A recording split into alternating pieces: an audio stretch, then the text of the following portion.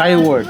Ang problem ay pumunta ka agad dun sa bahay. Tapos pinakilala ko agad sa family ko na manliligaw ko. Ano sabi ng family ko? Ano sabi ng parents? ang problem ng Skyward natin ayan, blink blink blink blink blink lang. Pati hindi ginawa rito.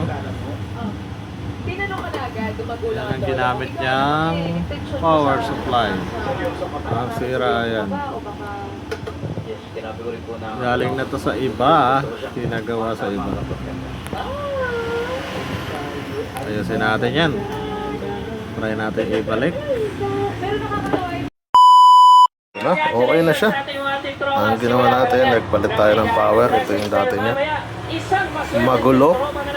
Ayan, ito na ginawa natin. Malinis na siya. Tapos may sira din ang tikon. Ayaw mandar, naglagay tayo ng panibagong supply sa tikon. Tapos pandarin natin. Pandarin natin.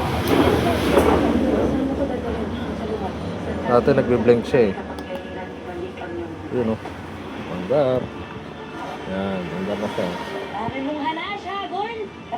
Ginawa natin dito sa tikon na nag-repair na lang tayo sa tikon. Kasi wala tayong makuha tikon. Nag-repair tayo yan. Naglagay tayo ng mga wire para gumana lang.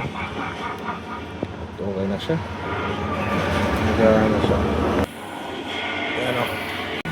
Dahil may all access ka sa loob ng bahay ni Kuya. Just log on to GMA Network. Okay na.